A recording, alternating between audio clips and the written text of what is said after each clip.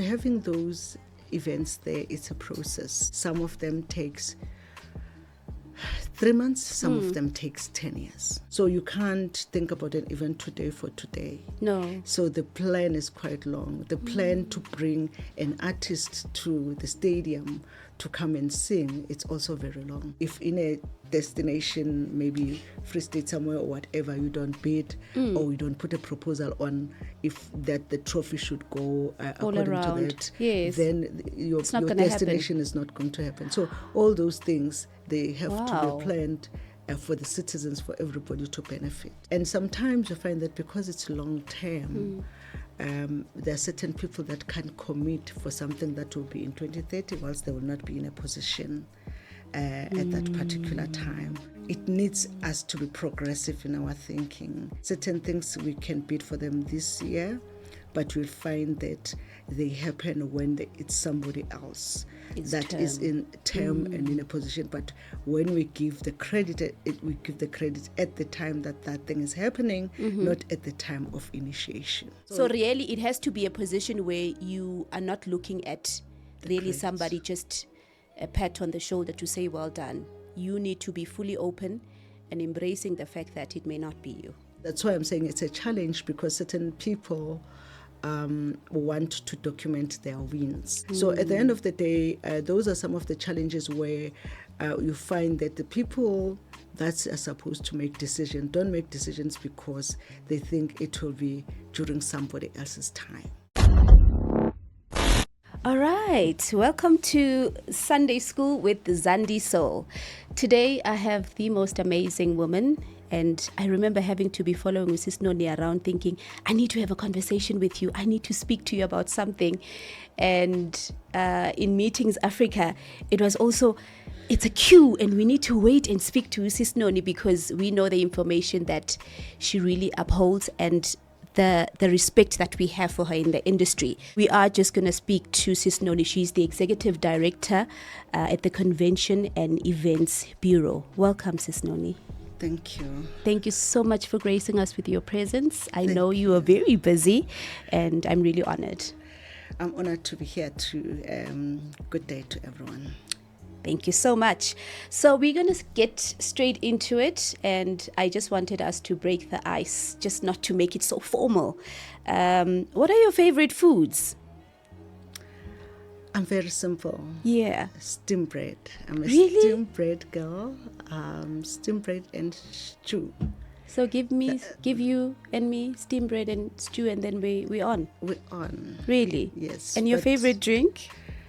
Coke Zero. That's it? That's it. Coke Zero. I've never tried. I'm afraid to be on top of tables. Oh, because of the glucose. Yeah, and I'm afraid to lose control. Okay. That's me. All right. So we don't want you to lose control. We want you to be as composed as you always are. So steam bread and stew. What type of stew are we talking about? Lamb stew. There we go. So we do share something in common. With steam bread, I'm not so sure. But with lamb stew, I'm definitely there with you. Any places that you'd like to visit for those type of meals? I think I like mostly, there are restaurants that do African food. Yes. So there are several ones that we have, but Vilagazi Street is my main when I want to feel like that. Okay. And then the second place that I usually visit will be the Mai Mai. The Mai Mai in area Johannesburg. in Johannesburg, Central. because it's authentic. It's authentic. And then and then when I want to be Elani, then I think the prawns are one of those. Yes. I like those places with prawns. But I if I dine, I'm on the extreme. It's either my Mm-hmm. or then it's either my signature. There we So go.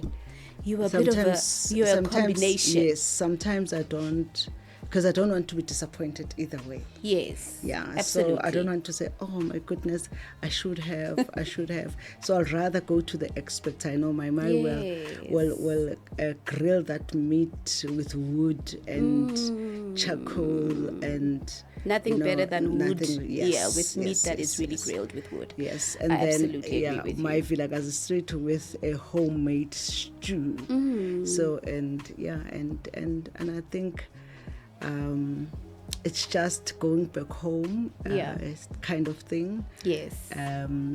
But also enjoying a bit of life. Of course.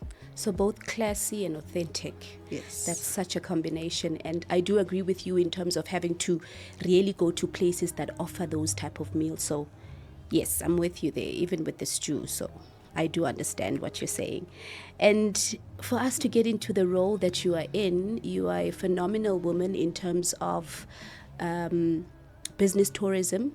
And please just let us know exactly what your role is at the Convention Bureau. So I head the Convention Bureau. And I think just for our listeners, let's explain what the Convention Bureau is. Yes. I'll use just simple terms. I think where I was at the netball now, the people were asking questions such as, why do we have the Pirates and Chiefs a weekend in KZN and all those kind of things? And I had to just explain to them to say, having those events there, it's a process. There's a process behind it. Provinces, destinations, cities will give a proposal to whether to SAFA or to any association to say, would like you to bring this event here. Right. And not only that, the sponsors. Yes. And so if they lock it in before you lock it, then they get it, no matter how small or big the stadium is. So the work that I do is to go all over the world to look for events that I can bring to Gauteng as a destination. And so we identify them, match them with the destination, because not every event will be good for Gauteng. And then when I've identified is to start lobbying, negotiating, writing that proposal, which the proposal, we call it a bid. And then whether formal or informal, and then go through the process of being selected, and it comes to Gauteng, and then you host it. Some of them takes 3 months, some of them takes 10 years. Oh wow, just for the bid to be... Just for the event. Just for the event to take... So the planning. The planning, the proposal, the whatever. So it the goes process, up, the whole process. The whole process. So they are different. And some of them you have to do them 2 years in advance, 3 years in advance, 4 years in advance, 5 years in advance, the same way as the World Cup. So for now, between now and we are almost in 2030 with the events that we looking at for our destination. So you can't think about an event today for today. No. So the plan is quite long. The plan to bring an artist to the stadium to come and sing, it's also very long. It might not be us, it might be promoters, but they work with us in order for us with them to negotiate and bring that particular artist into the destination. So by the time you see somebody at the stadium, there's... probably took 10 years for that there's to happen. a whole 3 year of negotiation and all those kind of process. things. It's a process. Bottom line. Yes. So it's nothing for... Overnight. Correct. Nothing It's not overnight. like going to the plane and coming back with it. Yes. It's a process. Wow. That is a huge role. And you did say it's for Gauteng. It's so for it's Gauteng. Gauteng only. No, all the provinces, not all of them have the Convention Bureau, but all the provinces have some kind of a unit that works to bring events in that destination. And some of them are formal, some of them are informal. So we've got, I know Cape Town has, Durban has, KwaZulu Natal, which is KwaZulu Natal, and Mpumalanga is trying. Northwest is also has something. Some of them only have the leisure. Right. They don't have a formal way of doing it, but they have something that they are using. But on our side, we've got a formal structure led by the Premier of the province, and it has private sector, public sector, and if we need, because certain events need upfront payments, guarantees, and all those kind of things. They need a cabinet approval. They need a lot of things. Like the G20, it's not something that you can overnight get it without all the approvals that you need to get. So there are certain events that need cabinet approval, and they need different steps for the event to come to the province, or to the country. To the country. So we've got South African Tourism, which is also backing us as South Africa, and other associations such as the Tourism Business Council, the Hoteliers Forum, the Airline Forum, the hoteliers, different people in the value chain that will support that particular bit. The same way as I think the listeners will remember how we did the 2010 bid, where it's a document where you go and present. But because everybody was looking at 2010, that's why they were interested to say, oh, okay, we want to present, and said Blatter took out that thing, and it was not us, and 20 or whatever, it was another country, and then whatever. So it happens like that in most of the events. But it's the behind the scenes, because people just see the events being in a destination. Right. I mean, we even bid for for just a trophy. If for example, if Rabbi wins, we even bid for it to move around our townships and whatever. If in a destination, maybe Free State somewhere or whatever, you don't bid or you don't put a proposal on if that the trophy should go according around. to that, then your destination is not going to happen. So all those things, they have to be planned for the citizens, for everybody to benefit. Interesting. Wow. Okay. And so that's what I do. That's what you do. So my next question would be the challenges that you're facing in your role, because it's quite a huge role, and you're speaking about different value chains that are needing to have a hand in it, or really just make sure that it's something that is worthy to come to the country, number one. And also it involves government. So how are you managing all of that? Yeah, there's different challenges for different events. And at different stages. Yes. Some of the things, they need a good turnaround time. And with policies and procedures of government, or policies and procedures of our country, sometimes the 24-hour, the 36-hour target you can't meet. But with the processes that we've done and the committees that we've done, we're now, circumventing that.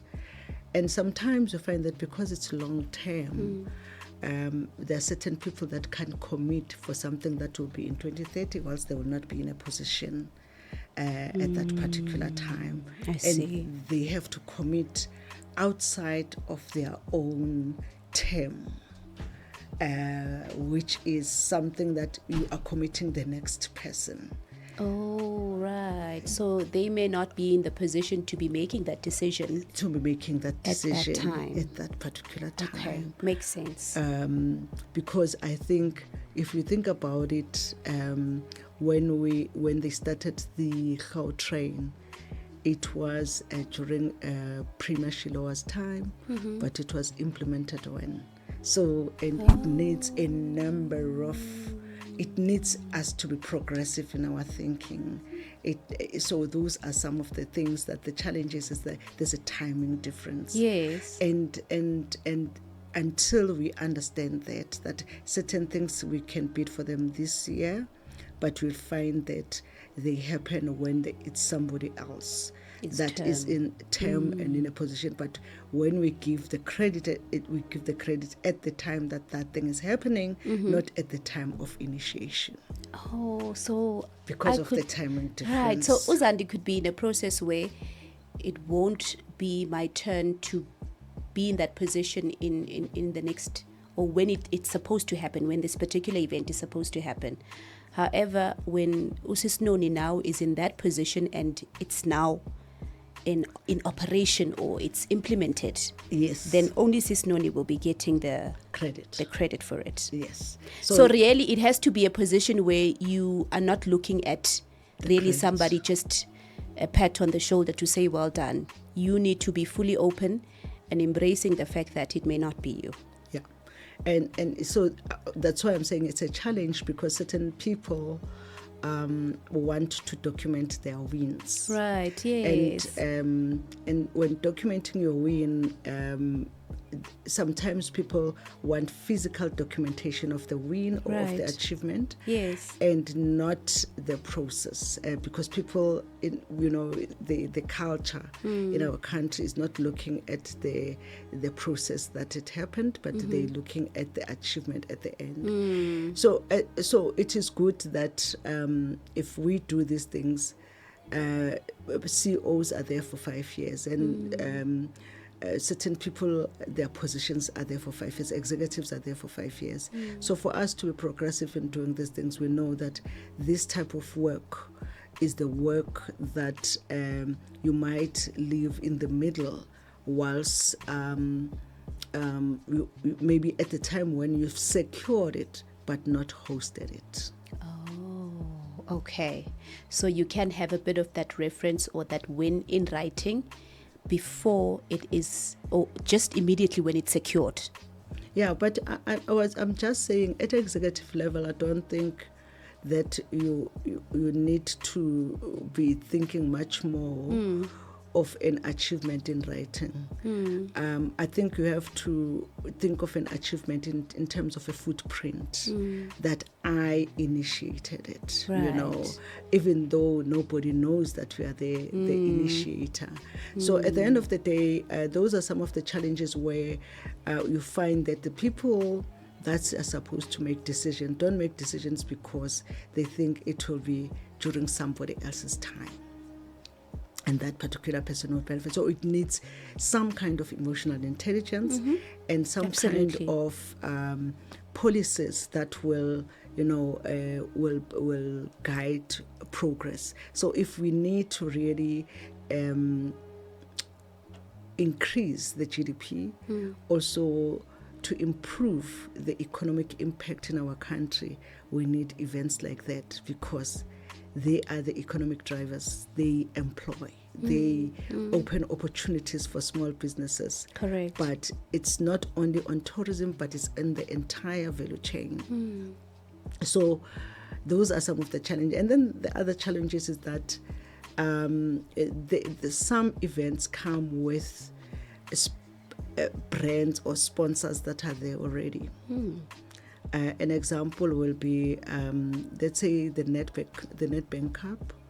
The Nedbank Cup cannot be in an FNB stadium. Two banks.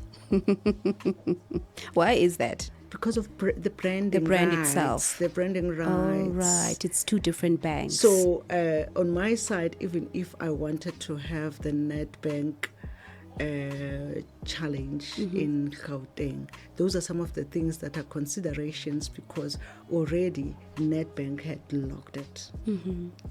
And so you need to consider the clashes in terms of branding, in terms of all those kind of things, because at the end of the day, you don't want vicarious liability. But you want the event to come to a destination and for people to be entertained, for impact, social, economic, job creation, all those, to so that you can get all of those. Right. But at the end of the day, there are brands. and they need to grow on their own. They have invested in order to get a return on investment on that. So there are benefits and there are challenges when sometimes you need to secure something that we thought, oh, this was good for Gauteng. Right. But because of the conflicts in brands and all those kind of things, you need to look at all of that. Okay. Other challenges might be the perceived crime. If you don't stay in Gauteng, people still talk about it, but we've done a lot with private sector. I mean, that's why you can actually see that there are warders, there are police warders. There's a lot of safety and security in our streets. Yes. Even though it's not a person that stays here will not see it to say, oh, there are cameras, there are all those kind of things, because you can't be advertising to say each and every street has cameras, has this, has that. But we've improved quite a lot so that people can be safe. And I mean, people that stay in Gauteng, they always feel safe. Yes. But we need to make everybody comfortable. Those are some of the challenges that we get asked with. But when people have come to Gauteng, international people too, and people from other African countries, it ends up being their second home, and they, by word of mouth, they also talk on your behalf for the destination. And how long have you been doing this role? I've In the industry? Let's just talk about the industry I've first. been in the industry for now 22 years. 22 years. Different roles, but that lead to the same thing. You must be passionate about tourism, or is it travel, or is it hospitality? Which one would you really think really matters to you the most? None of those. None of those. What Yes. matters to you then? That would be the economic impact. okay. Economic impact. And obviously that on its own, it has different levels and ways in which you can look at it, because if it's economic, or it has to be improved economically, then all of those things that I've just mentioned within tourism really do matter, because now it has an impact on it. Yeah. So I think, if you look at the provinces, or we often say, oh, okay, Gauteng is the smallest province, but with the most, the high percentage yeah. of, it's an economic hub. And if we want to keep that, the only way to keep it is to get events that can contribute to the economy. To the growth. And when I say that, we need events that will bring new money into the destination. It's useless for us to circulate the same money. Then our economy will not grow. So that's why when we've got events, we would want to convert them into international events. Example, Delicious. Yes. I know there was a year that we had Delicious, and by the time Gautengers or South Africans were buying the tickets, there were no tickets. On our side, on my side, let me say, I was very happy.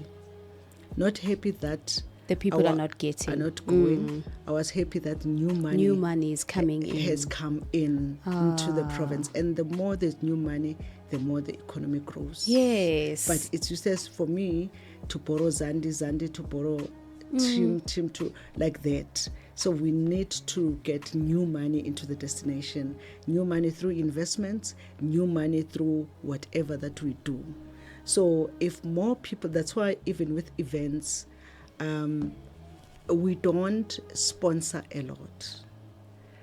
We leverage on the partnerships. Okay. Because we can't have an event in our destination and we pay for everything. It means that we're circulating the money right in the same port. Yes. But we need people that will sleep in our hotels, people that will eat so that the VAT can go up, people that will use transport, people that will use customs, people that... So those revenue streams need to be filled in by new money that comes from outside. Not, when I say from outside, not from Cape Town, from outside the country. Outside the country. Yes. Okay. And in that particular way, there's new money that is coming in. Absolutely. We don't say we can't do a welcome cocktail and all those kind of things, but we need to make sure that we bring. That's why events, big events like F1, FIFA, the Olympics one, the ones that are bigger, the rowing masters, all those that bring thousands and thousands of people, they pride themselves. They go through a process of really getting a place where they need these events, because they know that when those people come into the destination, they inject a lot of money, and it also injects improvement in the infrastructure, because certain things that were supposed to be done in 2055 because of this event, now everything will be. Last year we've just done rowing in Rodeblatt. Our dam was like so whatever. We won it in 2018. It was supposed to be in 2022, but because of COVID we lost 1 year, so we did it in 2023. And the dam was, the sewage from Tshwane was going into the dam and all those kind of things. We had to start from scratch to clean the dam, to clean the hyacinth, to renovate the toilets. Everything but had to be also done. Most of the money came from the event organizers internationally. The streets were done by government, like the streets to the game reserve and whatever. And today it's used. The schools that are doing rowing are now renting there, and it's up and running. So it gives an opportunity also to renovate the infrastructure, to improve certain things, and so that they are left for the citizens to use them. To be able to use them afterwards. Okay, so for now I think we're going to take a short break. And just to really think of everything that you said, I think it's such a load of information in terms of what you do and the challenges that you do face or see in terms of the different events that has to come to the country or to what we call the economic hub, and that is Gauteng. So we're just going to take a quick break and then we'll be right back. And once again, for those that have just joined us, we are with Miss Nonnie Kubeka, and she's the Executive Director at the Convention and Events Bureau. And we started off with just making sure we understand her as a woman in terms of what she likes, and that is her favorite food, and also the areas that she would like to, or the areas that she enjoys having those meals. So she's both authentic as well as classic, because we have Mai as one of the areas or the places that she likes to go to, and signature. So we started off with our conversation with that, and we really just had to go into deep to the serious stuff as to the role that she plays in the bureau and the challenges that she faces also with some of the events that she has to look over. So she does, or she heads the Convention Bureau in terms of all of its events, and it's quite interesting how you would think having to see somebody on stage for a particular event where it was just world recognized, and you feel it's probably something they spoke about in 3 months or a month ago or a year, and to actually get into an understanding that it's something that can take about 3 years or more. Some of the events that she mentioned really are for the future, for if there's anything that is planned, let's say for now in May, or no, that's planned for in 2030, then the planning and the processes needs to take as much as now in 2025 for that to happen. So it's quite a process, and there's so many structures that are involved, which includes your corporate as well as your private sector. And now what we really want to understand from you, Sis Nonnie, is for young women, because this particular show is really, or this segment, Her Hour, we really need to be inspiring of the young women out there, and also not just young people that feel they have the purpose or they have the passion for events. Is it just about the events in terms of what you do, or it's really, when somebody says I'm passionate about events, would you say they do have what it takes to actually work in your environment? I think for me, everybody has a role to play. Yeah. But also certain things are because of passion. And until we identify which seat we want to sit on, yes, and the right seat, it's then that you can say yes. So I always say to everyone, I'm from the accounting side. I was never even in marketing. Accounting and auditing side. Oh, wow. But when I started working, after my articles started working, debit and credit was not for me. I tried. And I didn't feel the fulfillment. And I was very young. You know, when you are young, you change 3 times, 4 times. People say they think you are confused. You leave corporate because you are confused. Why do you leave such a good job? Yes. But there is no fulfillment. And you can't explain it to anyone. So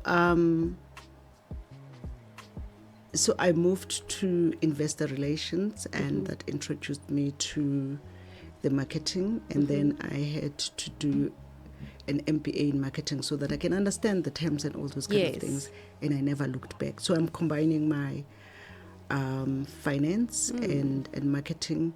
And that's why even the proposal I can motivate for why will it make business sense for you to come to Gauteng rather than to have your event in Kula Lampa Kwatama place. I'm not going to mention places. Yes. Of people. So because even them, they want to make profits out of their events. I'm just calling them events in bracket, meaning it's either meetings or conferences or exhibitions or lifestyle events or business events, but they all fall under business tourism because people come for the business of events. Right. That's why it's called business events or business tourism. It's a business that make you to come here. You come to, for example, people that go to the July, it's the business of the horse racing that made them to go to the July, and the designers will get money because you have to look good and all those kind of things. So it's a value chain. So when I advise youngsters, you have to identify what you're good at. What we've seen is that we've got a lot of party planners. And those party planners have a potential of being professional conference organizers, exhibition organizers, event organizers, because certain people don't know that if you specialize, that's when you make more money. So, for example, when we've got an event like a conference, that event will always have a gala dinner. That event will always have a welcome dinner, welcome cocktail. That event will always have a tour. So you have to know exactly what you want to specialize in. Some people want to specialize from point A to point D. And sometimes those things don't work. But if I know, if I come to Zandi, and Zandi specializes with decor of all the gala dinners, people will want Zandi decor. It doesn't matter the food, the whatever, but they will want Zandi decor. So it depends on how you brand yourself. And you are in events, even though you only specialize in decor. So you have to find, there are certain people that specialize in tours of golf courses only. They would take high-end people to different golf courses every day for a week, and they make their money out of that. So you have to identify your own element. Right. And by the time you want to give a solution of everything, then you know what is your low-hanging fruit. Where do you milk what product of whatever that you have will be your cash cow. So the nice thing about eventing is that it has different elements. There are certain people that specialize in report writing within the event itself. So for every event that happens here, they just specialize by going to write the reports of those they attend in order to write the reports, and they get their money. Others specialize in the printing of all the posters, others exhibition, others. So you have to identify because there are a lot of elements. It's not only about event coordination. And I what I've seen is that people, everyone wants to specialize in event coordination. And that is why you think, oh, there's a lot of people in events. Exactly. But also, you are in radio. Who specializes in conference radios? Who specializes in, if I want to understand what the different conferences were talking about? Who specializes in, like, going to conference organizers and have a studio there in different conferences so that even if media wants to use your studio, you can utilize. You know the days that we are not busy to recreate studios and brand them that conference. I mean, that's an idea. That's a what do you call it? That's an opportunity, and we really think that we need. Who knew that there would be a Bogat main radio? Exactly. So all I'm saying is that there are opportunities, but we have to identify the opportunities that resonates with you, and not only concentrate on the coordination and putting the pieces of an event together. Wow. It's a lot to take in, obviously, because I've been in a space where I am within your conferencing or in a hotel space where I need to be looking after your event conferences or your PCOs, your professional conference organizers. And it's quite interesting. And when I asked you earlier about which part really matters to you the most between travel, hospitality and tourism, and for you to say none of that, and it's actually the growth of the economy that you are more passionate and really are into, it really does speak volumes, because it makes sense as to you being in the position that you are in, because it's not only about bringing the people here, it's about people having to experience the authenticity of our place or our country, and as well as for them to feel safe, for them to be able to enjoy and also spend money so they can grow our economy. So that is a fact that will leave me thinking about for quite some time, because I really do respect the role that you are doing, Sis Nonnie, and I know that it is something that many of us, even younger than myself, feel that it's really something that we cannot even explain. I can't even explain it now. However, I do know how important your role is in our economy. And obviously, people need to identify what they specialize in, what their passions are within events, if they really want to be part of the event space, because it's quite important to identify that, like you mentioned. With the coordination part of events, I think that everybody just feels it's something that they can do. I mean, you just need to manage the people coming in, because we've seen this with your local events where we know there's a party that's happening at, for an example, in Soweto, in Ubuntu Kral, and you feel, oh, it's just people coming in, and there has to be security, and you see all the brands, and you're not even sure what the conversation was with all the branding that's there, and you're there for a good time, and you don't know that there's a lot of facts or factors and people that are specializing in certain elements to make that happen. It's not only about just overlooking the whole thing, thinking events is just an easy way of making money. So I really do think our listeners need to take that information very seriously in terms of specializing and being a person who understands exactly what role you are passionate in, and really just make yourself, or really just be open to getting more information. Just educate yourself more, because that will get you into a role that you'll find yourself really spending a long time, because you don't want to be changing stuff all the time. Today I'm a coordinator, tomorrow I'm a flight attendant. It's still within tourism, but you just need to know exactly where your passions are and what you can specialize in, and get more information and educate yourself on that.